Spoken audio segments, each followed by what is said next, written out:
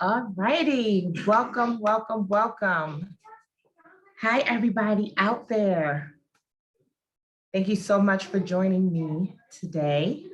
Super excited to see everyone here. I'm just going to give it just a couple of more minutes, let everybody get in, get situated so we can have a fun and engaging webinar experience. And I hope you guys are enjoying, will be able to enjoy all the gems that you will be getting in today's session. So come on in, kick back, relax. If you have a notepad, pull that notepad out. If you have, any type of device where you want to take some notes, and I'll definitely be sharing this information again with you guys, and definitely make sure that you stick around to the very end of this webinar, because I have a very special treat for everyone here. So let's give it just a couple of more minutes. Let's give about maybe another between 30 to 60 seconds, and we'll go ahead and get this show on the road.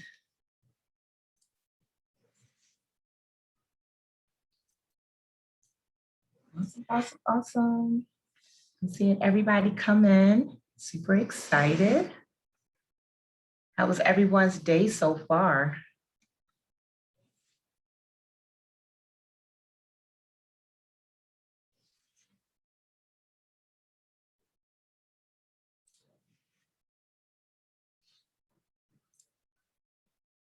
Then I am also going to have my chat box over here on the side. So that way, as we engage, I'll be asking you guys some questions and you can be able to respond back.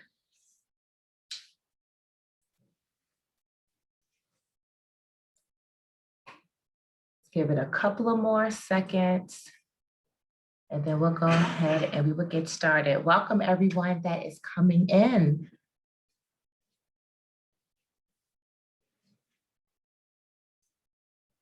Can you believe that we are, I don't know, it seems like 2021 shockingly is going by fast.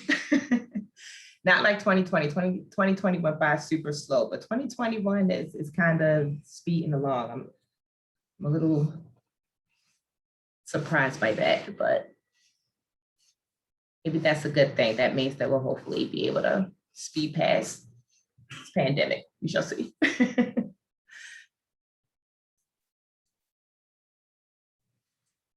All righty, so I'm gonna go ahead and get started. I'm still gonna keep my little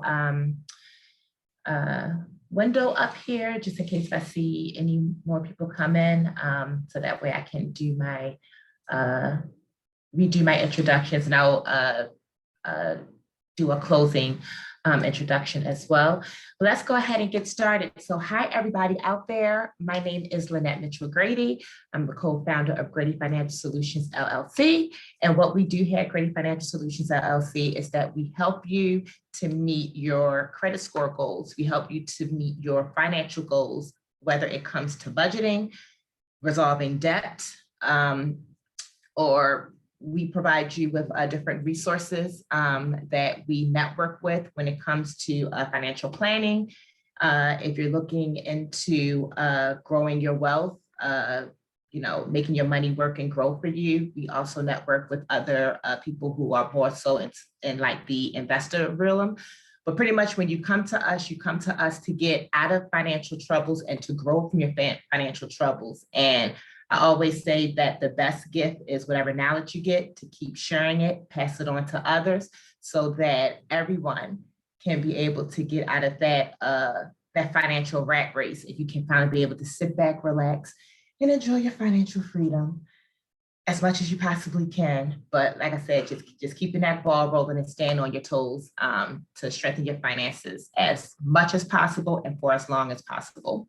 So tonight's webinar, I am like today's webinar, I'm super excited to share with you guys, is to know when you're ready to get pre-qualified for a mortgage loan.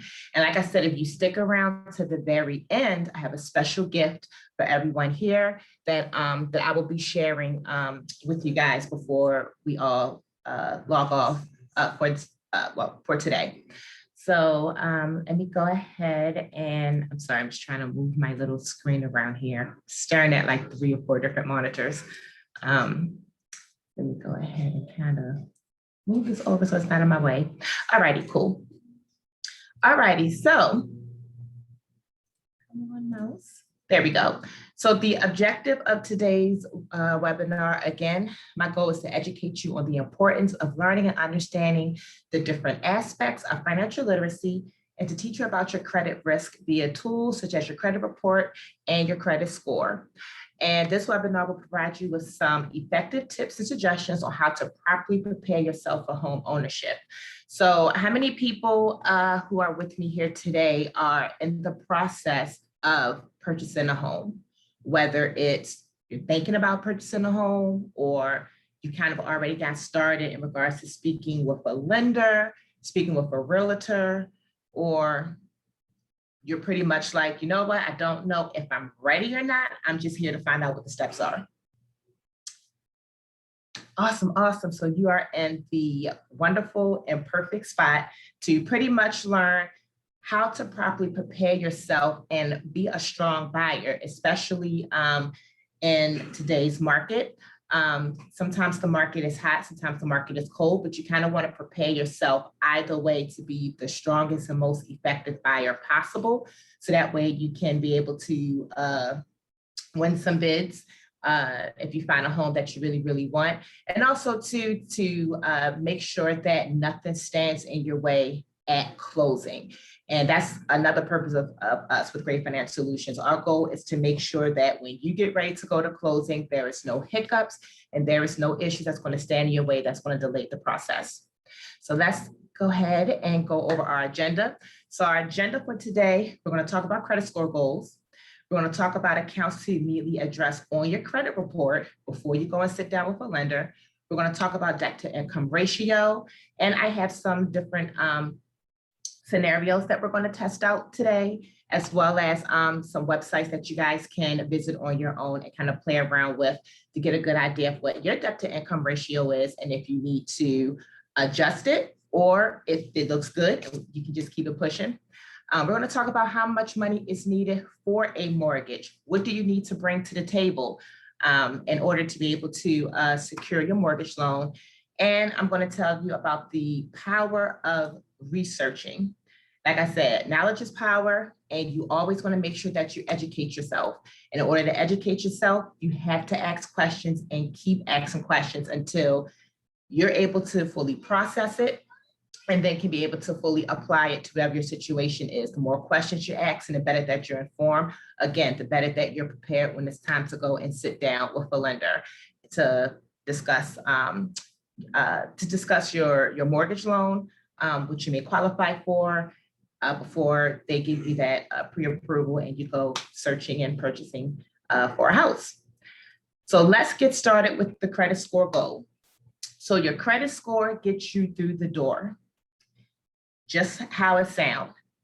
No matter where you at in the home buying process, whether you go and speak with a lender first, whether you go and speak with the realtor first, the main thing is, first thing they're going to ask you is, well, how's your credit? What your score looks like. Pretty much your credit score kind of let the lenders know, for one, that you're eligible to be able to apply for a loan. Also let the lender know what type of loan that you are eligible for. And of course, your credit score determines the interest rate that will be applied towards your loan. So if you take a quick look here at my chart here, over here on the right, we have fair, we have good, and we have excellent. With Grady Financial Solutions, our goal is at the minimum to get your middle score to at least 640, because 640 is a guaranteed way for you to get through the door, and it opens you up to more mortgage lending options, whether it's FHA, whether it's conventional. If you're a veteran, VA loan, if you want to apply for USDA loan, depending on what area that is eligible in, 640 minimum opens up more options, more lending options for you. Not only that, it helps with making sure that you get as close as possible to the best interest rate, especially if you're around the good to excellent credit score mark. And then a 640 credit score also helps you to get qualified for down payment assistance and closing cost programs. So depending on what lender you go with, there are some lenders that have programs that will help you with your down payment and help you with your closing costs. And sometimes those particular programs also require a minimum credit score. So you definitely want to make sure you speak with your lender to kind of just see what programs are out there, what's the requirements or what's the eligibility to be able to participate in those programs. And yeah, just to kind of see ballpark wise where you at as far as your credit worthiness. And again, my biggest thing is making sure that your middle score, so between Experian, Equifax, and TransUnion, your middle score needs to be at least a 640, just so you can be a shoe-in and you can get past that first round of with your lender. That's the first thing they're gonna, like I said, take a look at it, see what your credit score is. So the next thing that I wanna talk about is what to take care of before you apply. So we talked about the credit score. They're going to take a look at your score, again, just to see if you are at least eligible to be able to apply for a loan. After the score, they're going to start taking a look at that report. What is all listed on your credit report? So everything that we have listed here are things that you can actually take care of yourself. However, if you need further assistance with addressing any of these accounts, then this is where you will come to me, and Grady Financial Solutions will help you out with these issues. So 60 to 120 days late payments listed on your account. Quick fix for that, send your creditor a goodwill letter. Here's the kicker. In order to get your creditor to remove late payments off your credit report, you need to at least show at least 6 really strong, solid, good months of on-time positive payments. If you can do that for a good 6 months, then within that 7 month, you can send a goodwill letter and say, hey, I had a little financial hardship. Things was rough around this time, but as you can see, I bounced back. I'm trying to buy a house, or I'm trying to do X, Y, and Z, and it will really, really help me and help my score and help my situation if these late payments come off. Can you send me, give me a courtesy removal? And sometimes you may just have to keep asking over and over and over again. That letter is going to get in front of the right representative, or it's going to get in front of the right account manager, and they'll be able to do you a solid and take those late payments off. So you have to keep asking. If you get denied the first, second, third time, guess what? There's no law that says you can't send them a million letters. So you just keep doing it until those late payments come off. Or if it's a really old account or a recent account that's no longer open, then you're like, you know what? I just want this off my credit report altogether. Just send a dispute letter to have it removed altogether. Of course, after the account has been resolved. But if it's an account that's still active, it's helping your credit report. It's an older account. It's helping your credit history, helping that longevity, which is another thing that a lender looks for. They look for the length of your credit history and how long you've been in the credit game. They just send the goodwill letter. That way you're killing 2 birds with 1 stone. Default loans. If your loans is in default, that's an automatic denial. So whether it's student loans, I don't even care if it's a student loan that was over 10 or 11 years old. If it says default on that credit report, a lender is not going to approve you whatsoever. So if your loans are in default, and I have an upcoming webinar that's going to talk about student loans default. So you guys definitely make sure that you go to the website or find us on Facebook. You'll see the link where you can register also for that webinar as well. If your loans are in default, what you can do is you can do something that is called negotiations. So usually when your loans is in default, you can negotiate with the lender to either get into a payment plan to pay that default amount down, or you can do a settlement. You can settle for less than how much you owe in that student loan. Only thing with settlements, you either have to have all the money up front or be able to do at least 2 payments to take care of that settlement agreement that you have with the lender. Just make sure you get everything in writing. But Yes, default loans, you definitely want to get rid of those. Repossession accounts. If you have an account where your car or anything was repossessed, get in contact with that creditor, try to work out some type of an agreement, try to work out some type of settlement, see if they would allow, if they would do a pay for delete, or see if they would do a pay for correction. Meaning once it's paid off, they'll change the markings on the account so that it doesn't show those negative marks. Again, stay in communication with your creditor. It goes a long way as long as you guys are kind of like working hand in hand and working with each other. Charge-off accounts. If you have charge-off accounts, definitely also make sure that you get in contact with the original creditor. Usually charge-off accounts, the creditor sells they write the amount off as a loss and sell the account to the collection agency. You can either work with the collection agency to pay off the debt, or you can work with the original creditor and not work with the collection agency to save you some money to pay off this debt as well. Again, just make sure you get everything in writing. Public records. So public records is any type of judgments that is placed on your credit report, whether it's, you've been taken to court, a judgment went through, things of that nature. If you do have a public record on your credit report, definitely reach out to us. We have different ways to help you to kind of recover from that and working towards getting that removed. But if you want to be able to take care of that yourself, again, just make sure that you kind of reach out to us. We can provide you some tools and some tips for how to work with accounts where a judgment has been rendered against you. And then active garnishments. And this kind of go hand in hand with public records, because usually if there's a public record and a judgment went through, then that gives the creditor the authority to be able to do things like garnish wages, tax return intercepts, things of that nature. So when it gets like really stringent, when you get to that point, like I said, definitely give us a call, and we have different ways that we can kind of help you with resolving and kind of getting yourself out of that situation, on top of still being able to clean up that credit report so that it gives the lender and the underwriter less stuff to kind of nitpick at. But again, first thing you want to do is make sure that you order your credit report. I want to say that, I don't know why I'm having such a brain freeze, annualcreditreport.com. I need to go back and double check, but I know that they are currently allowing for you to pull your credit report once a week for free. I believe it was supposed to have ended the end of this month, but we're going to just double check and kind of make sure and see if it's been extended out. But definitely go on annualcreditreport.com to be able to pull your credit report and see all the accounts that's listed. They won't give you your credit score, but they'll at least give you your full credit history with between all three credit bureaus. To kind of just take a look at those. If anything is like a red flag, anything that sticks out, definitely make sure you address that before you go and speak with a lender.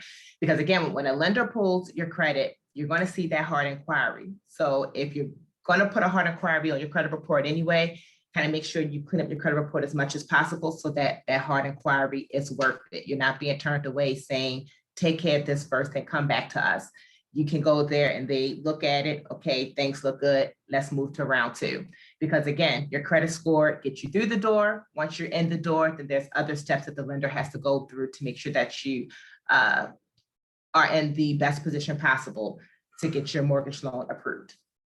So again, before I change the slide, just please make sure you resolve all these issues before speaking with a lender. So definitely pull your credit report. Debt to income ratio. Well, what is a debt to income ratio? Pretty much your debt to income ratio, lender want to make sure that your debt doesn't overpower your income. So what you bring home monthly before taxes, they want to make sure that you don't have more debt that you have to manage versus the income that's coming in. When we take a look at debt to income ratio, it's best to make sure that your ratio is at least below 38%, even though 24 to 30% is fair. That's where most of us are at. Good and great is pretty much means that you really don't have a lot of debt to work with, or if you have a good amount of debt, then you have like a lot of income to cover that debt. Before a lender wants to give you a loan or even try to see how much you're going to pre-qualify for a loan, they want to make sure that you can handle this six-figure debt that they're about to give you. And they kind of want to see how well you manage it. So staying below at least 38% kind of, it lets the lenders know that, okay, this person can manage their debt really good. They have good payment patterns. They know how to manage their money well. Income coming in, they're not doing too much to soak up all of their monthly income. Again, this is before taxes. So you're going to take a look at all of that stuff just to kind of make sure that you pretty much can afford to take on a mortgage loan on top of any other debt that's currently being reported on your credit report. So with that being said, I did want to share this simulator. And with this simulator here, a couple of my clients that are in the webinar with me, a lot of you guys have already kind of sent this website to. This link, I'm not sure if you had a chance to kind of try it out, but it's a perfect way to get a good idea of what your debt to income ratio is. So if your debt to income ratio is a little bit higher, if it's around like that fair/high mark, you've got enough time to kind of like address it and fix it before sitting down with a lender. So if somebody real quick want to kind of just throw out their income that we can kind of play around with, and it can be any income. It can be just your income, you and your spouse's income, or whoever's going to go on a mortgage loan with you, but just give me like a ballpark figure. And we're going to plug this here into the calculator.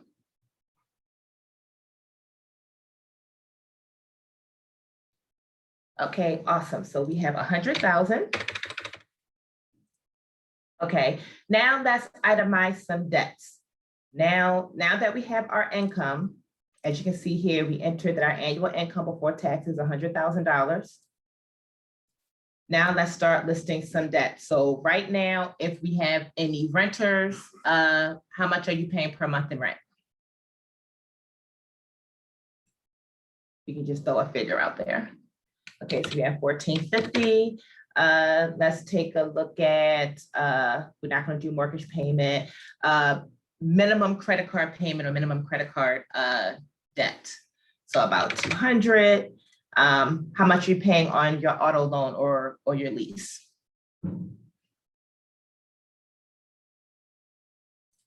Okay, we have somebody that says 0. All right, we have someone else that said 1,100.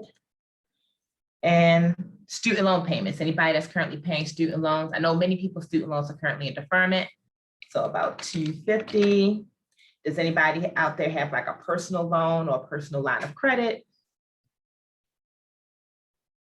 And let's just say you have a line of credit or a personal loan where you're paying about $200 a month. Now, if you notice with this debt to income ratio, everything that is being listed, even though rent doesn't show up on your credit report, it's still a good idea to include that in your debt to income ratio to get a realistic idea of how much you're kicking out per month,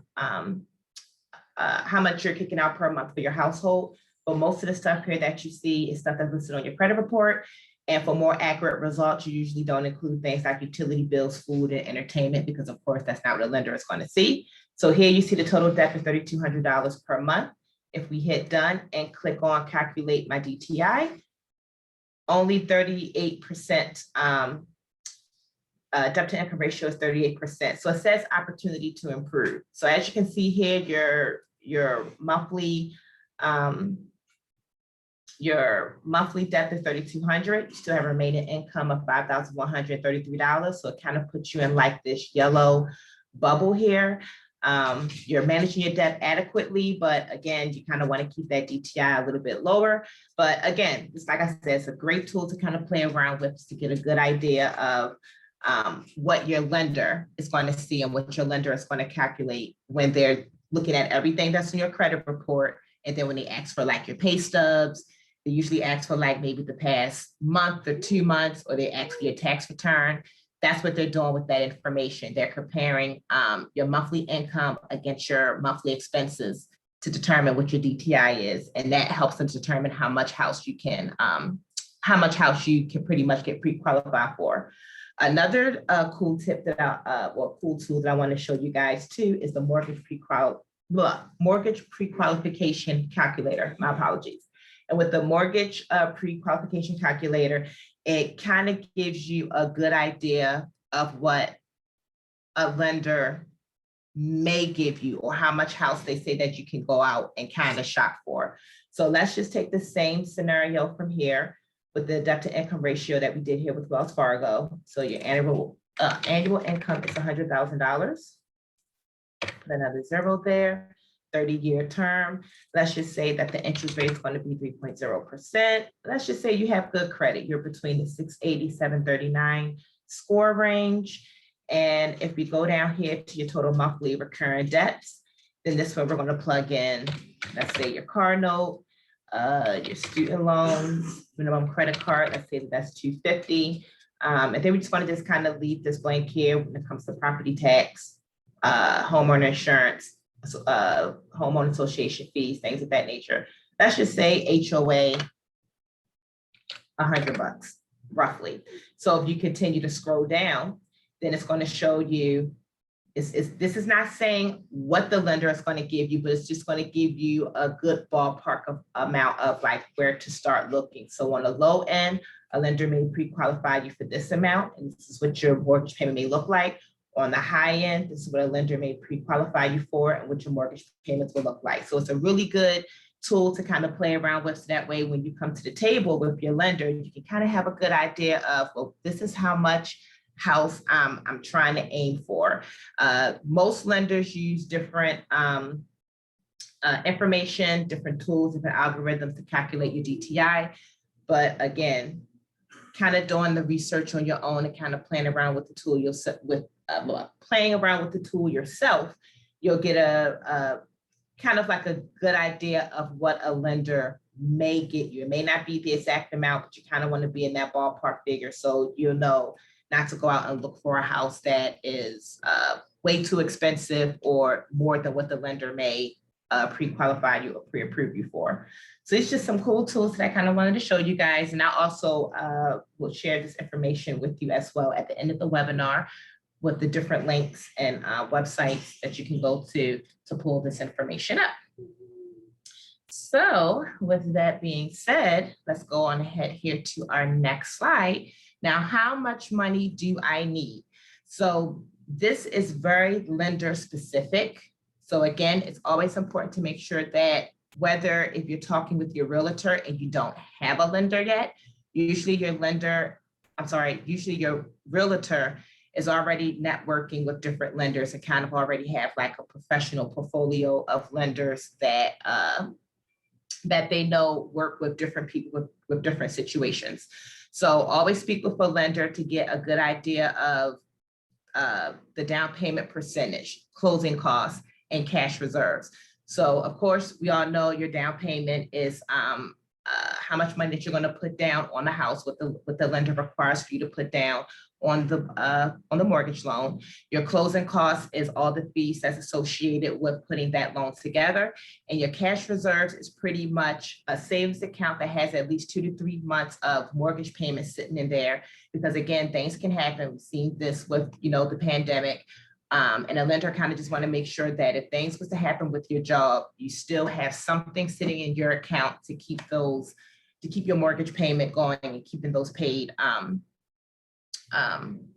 until your job situation, gets resolved or gets fixed. So again, this is very specific to each lender. So when you're talking to lenders and interviewing lenders, make sure that you, for one, shop around to see what interest rates that they're offering, and also ask about the down payments, how much they prefer for you to put down based on whatever mortgage product you qualify for, how much are the closing costs, and is there some wiggle room or some negotiation, some of those closing cost fees, and cash reserves, how much do they want you to sit to the side and have sitting in your account by the time that you go to closing.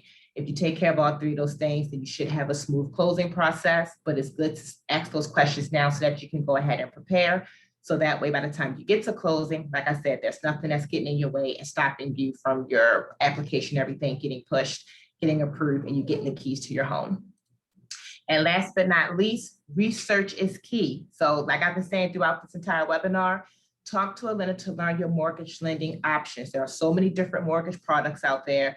Just talk to a lender to see what you may qualify for. And again, it all goes back to that credit report that you do, that credit score gets you through the door. So as long as they know what your score is, as long as you know what your score is, FICO score is, and then you share that information with the lender and you and your lender is communicating, taking a look at your credit score and your credit report, see what mortgage lending options is available to you and what best fits your financial needs. Next, you want to speak with a realtor to understand the home buying process.